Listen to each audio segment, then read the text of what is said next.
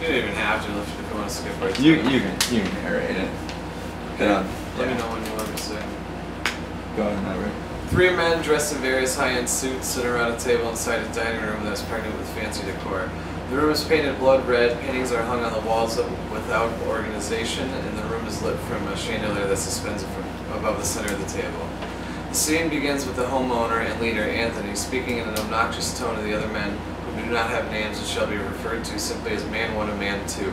The three of them sit with half-eaten meals in front of them, a glass of wine for each of them, and they are all smoking cigarettes. And this son of a bitch, he's looking at me all real serious like, you know, like has something really important to say. As far as I'm concerned, every man's last words are better be of some importance. But this motherfucker, he's looking me straight in the eye, and he says, you know what he says? No, Tony, I don't know. What did he say? He looks at me and says, boom. Get out of here, no way. I swear on Marie and her sweet ass, that is the truth. So what did you do, Tony? Cut him up right after, or what? No, I let him go. You let him go? I let him go. Another 10 feet, then I tapped that motherfucker on the shoulder and said, boo, took his smart ass out with a quick shot to the fucking melon. Anthony and Man 1 laugh in unison. Man 2 sits silently looking uncomfortable but forces a smile as he picks up the food on his plate. At this time, a young beautiful woman who walks through the dining room door with a bottle of red wine. Her name is Marie and she is Anthony's girl. There she is, there's my beautiful lady, and the cook. She smiles at him and pours more wine into his glass. He grabs her around the waist, startling her, almost spilling wine on the table, and kisses her on the waist. What do you think, fellas? Ain't she a real fox, I tell you? Sure is, Tony, and she cooks a great meal. I won't be able to move from the seat for a week, I'm so full. Great meal, thank you. Go and pour the fellas some more wine, huh? We're celebrating here. Cheers! Anthony lifts his glass of wine to the other gentlemen. Marie fills up all of their glasses, and Man 1 lifts his glasses to cheers, but Man 2 does not lift his. Well, that's something I wanted to talk to you about, Tony. Man 1, appearing unnerved, stares at Man 2. Anthony puts his glass onto the table without drinking from it, takes his napkin off of his lap and wipes his mouth. He pulls out a cigarette and lights it. Everyone in the room looks shaken, including Marie, who stares at Anthony, then his glass of untouched wine, and then back at Anthony again. You got something you want to talk to me about? Is that right? Yeah, you see... Drink that fucking wine my girl poured you first. Man 2 swallows. That was awesome. Yeah, Man 2 swallows and looks at Man 1. They both take large sips of their wine. Why don't you run along and let the fellas talk? Marie nods and begins to walk out of the room with the bottle of wine. She doesn't make it far before Anthony slaps her on the ass. Sweetest ass in town, I'll tell you. Marie smiles uncomfortably and continues to walk out of the dining room. Anthony exhales a large, intimidating cloud of smoke. So, now, what is it that you want to talk to me about? Well, we were thinking... The both of yous was thinking? How long you been thinking for without me knowing? What have I said about doing that? Huh? About thinking and not letting me into your grand intellectual ideas. Look, Tony, we didn't mean nothing by anything. We were just discussing... Shut your mouth! Let him finish. It's just that we're feeling a little cheated, you know? This last heist was a big one. And, you know, we're the ones getting our hands dirty here. I just think the cut isn't that fair. Not fair? What isn't fair about the way I do business? Where would you two fucking newbies be if I didn't bring you into my world, Pickpocketing old ladies on the street like a couple of fucking bums? Now look, Tony, we don't mean anything by it. We're just... Shut your fucking mouth! I'm speaking now, and I just want to get a few things straight. I organized the whole fucking operation, and you get your hands dirty a few times, and you think you're suddenly entitled to a bigger cut? I let you into my home. I feed you. I let you drink my wine.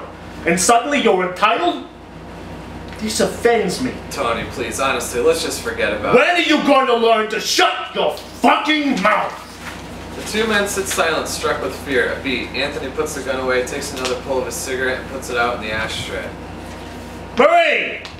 Marie! Bring the suitcase in here, will ya? The two men continue to sit in silence. They both appear to be sick, sweating profusely. Man 1 begins undoing his tie around the collar. He lights a cigarette, his hands trembling. Marie walks to the door, this time with a suitcase in her hand.